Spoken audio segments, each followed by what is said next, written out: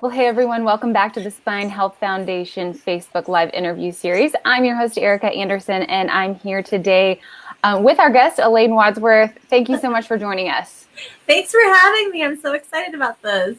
Yes, well, we're excited to talk with you. As you know, it's Scoliosis Awareness Month, and so we've really been putting our focus on that as much as we can. And I was really excited to find you online and sort of see your story of empowerment and getting through the journey of scoliosis. So before we get started, though, tell us a little bit about who you are and briefly what your story is, and then I'll get into some background questions. Wow. Okay. Well, who I am, I'm Alayne Wadsworth. My friends call me Lane, and I am a dancer first. I love dance so much. I'm also a Pilates instructor. I do aerial work. I'm also, I go around the world teaching big corporate events to dance and have a great time. And what else? I do modeling and acting on the side. I just do everything and anything that just keeps me going and uplifts me. Yeah, that's who I am. Yeah, thank you. Well, tell us a bit about when you got your diagnosis of scoliosis. How old were you? What were you doing at that time in your life? And then how did that sort of affect your vision of the future that you were going to have? Oh boy. So I was in junior high, and in junior high, they usually take you in PE and they check your back to see if you have scoliosis. So I believe I was at age 15. Whoa. Junior high, meaning I'm like 12. Yeah. 12. And they ended up checking my spine, and I was diagnosed with scoliosis. I think I was kind of like the only person in my class. So everybody was so curious to know what was happening. And then I was just sent to go to Shriners Hospital, where I was put in a body brace for 5 years of my life. And then from there, I just kept, I don't know. I was like, that time in my life, I'm still trying to figure out who I am, right? And being put in a body brace was pretty difficult, actually. And all throughout high school, I was in a body brace till the end of my senior year, where I was able to grow out of it, I guess. And what was that like, wearing the brace? Because that's such a major part of a lot of young people that are dealing with scoliosis. I mean, did you ever get used to it? How did it feel to be dealing with that on a daily basis? Oh, 23 hours a day. You have to wear that brace. And it is like, it's this thick all the way around. People thought that I lost a ton of weight after losing it. It wasn't easy. And every single day, I'm not going to lie, was a challenge. And I was so tempted to just take that thing off. But I knew that it was preventing me from getting worse. And I knew that the times that I did have it off, if I was either doing like a performance or dance, I was hurting really bad because I was learning how to depend on a cast, a brace to hold myself up. So that's actually where I also learned the importance of health and fitness, so that you have that more muscular structure rather than depending on something else to hold you up all the time. So you were dancing then, and you continued to dance throughout. How did it affect your dancing? Were you able to improve, or just talk to us about that a little bit? Okay, so when I was first diagnosed with scoliosis, I honestly never knew the difference of what my body would be like compared to anybody else. Mm-hmm. I was like, okay, well, just got to deal with it. Except for I had a twin sister. I knew that she was a little different. But so in the very beginning, it was a little difficult. I found that because my spine was so crooked and curved in one area, I would sway more on one side than the other. So I was constantly being corrected when I was going in dance position. And so I need to be more specific of what type of dance I do. I do ballroom dancing. So we're constantly in dance position, and we're having to hold ourselves up straight and put our head out to the left. So you had to constantly just like readjust and make sure that you're in that nice posture. So I had to learn how to adjust to a different spine. Now, it's a complete different story after I had my fusion done. After I had gone to college, I got my dance degree. I decided that, well, I had no choice but to have the whole back fused. And that was a complete different world, because having my whole entire back straightened out 3 inches taller and then learning how to walk all over again, you deal with what you got, and then you just keep going. And you know what I mean? You just keep going. So you didn't have, do people normally not have fusions until they're like, fully into adulthood? I think it all depends on the person. I think if the scoliosis curvage is too much and it starts to become worse in a really aggressive way, then it's required for that person to have the surgery because they don't want it to puncture a lung or anything like that. For me, it wasn't, they said, you can hold off until your later 20s until it's required for you to have the surgery. Some people hold off completely because they don't have that big of a curve or they can deal with it. Where the doctors came to me and they told me, you've got three more years till you're puncturing a lung. So we do it now or we do it further down the road. And I'm like, well, I had just finished doing Dancing with the Stars. I had just finished doing British World Championships. I'm like, I think I'm okay with moving forward and accepting this next trial to do in my life. I'm like, all right, so let's go for it. I've got 3 more years, right? And I honestly don't want to feel like I'm puncturing or smashing anymore.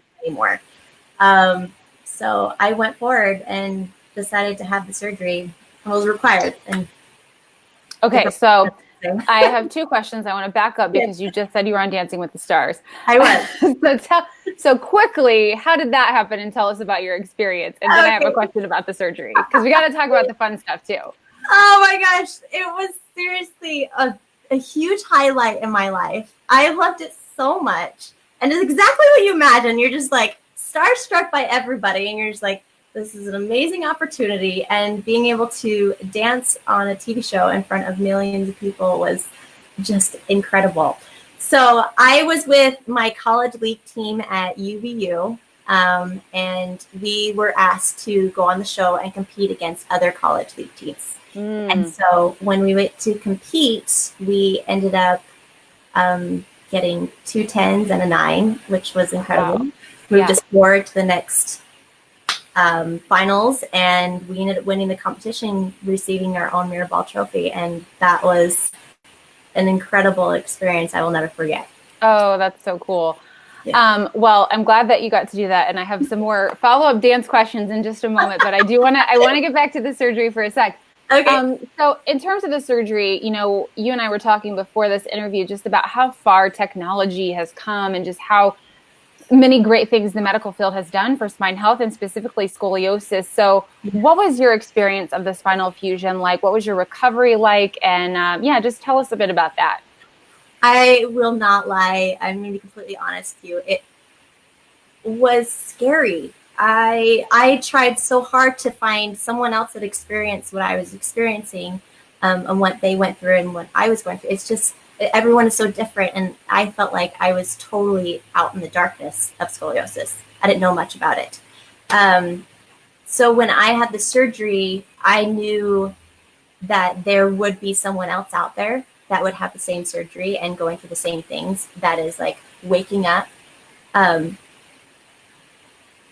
Every time I think about it, it's kind of scary.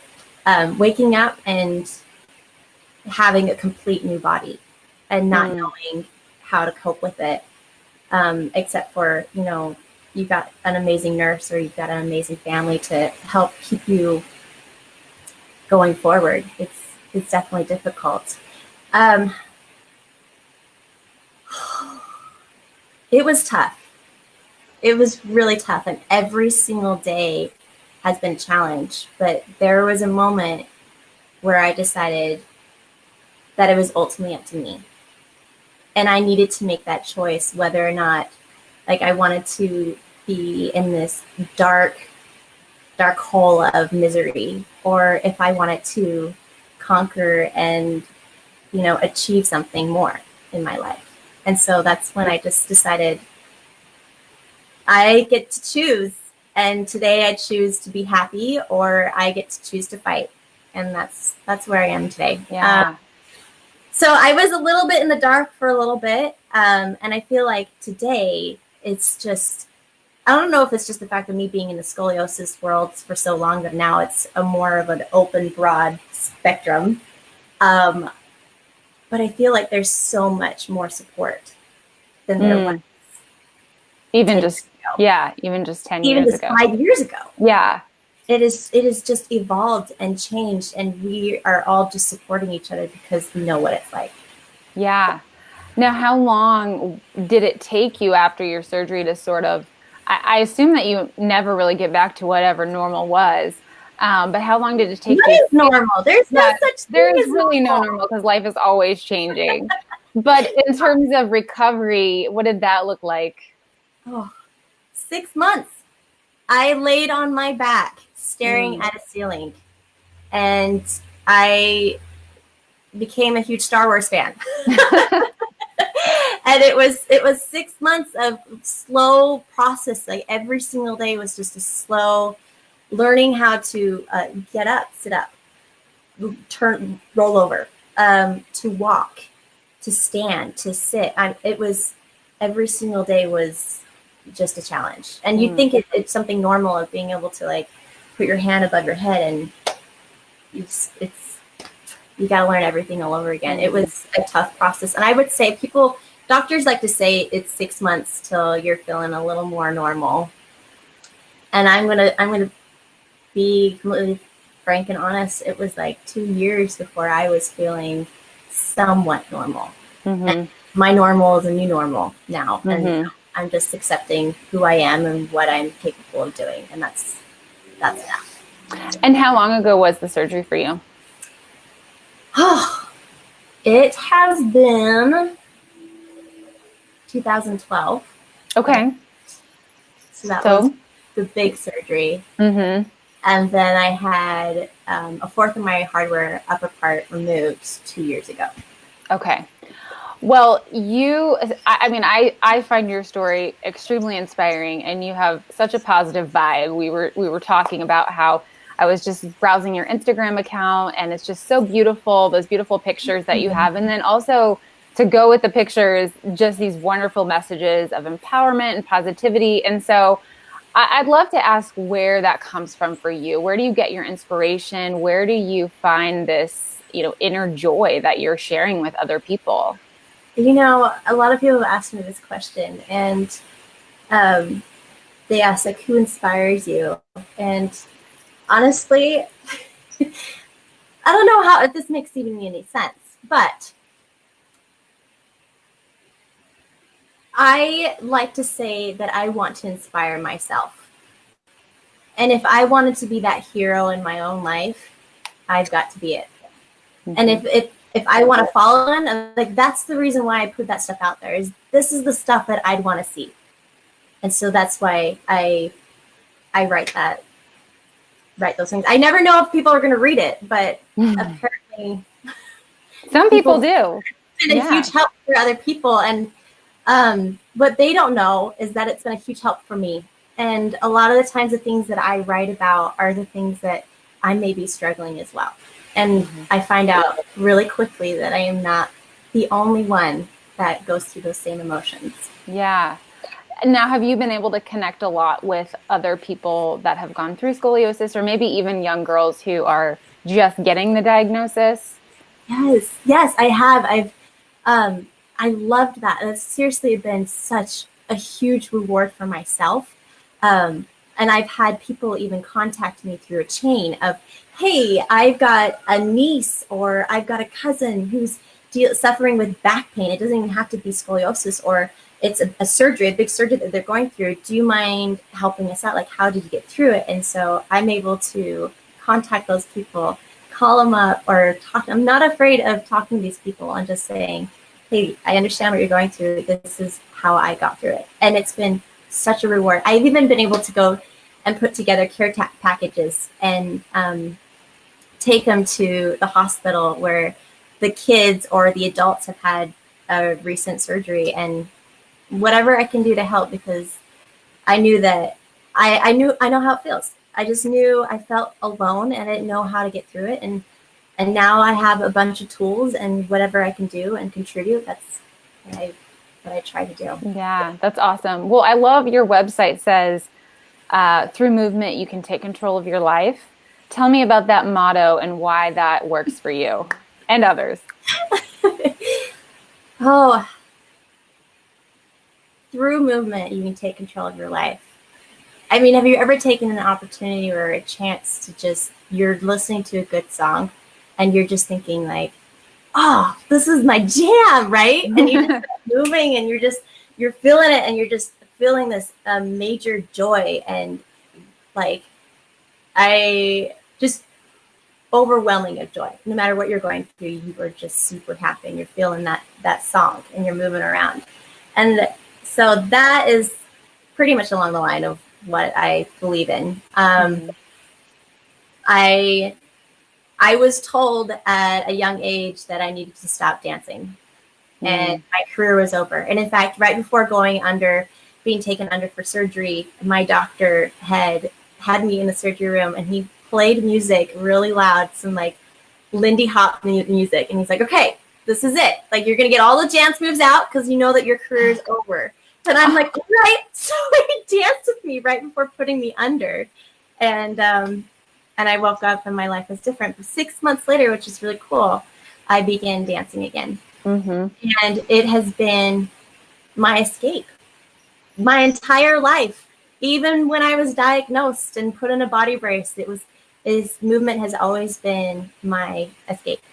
And it just allows you to forget about the pain, forget about the worries, the stresses, the everything. And just for that split second that you are dancing and moving in your life or whatever type of movement you want to be doing, you are truly just in bliss rather than worry.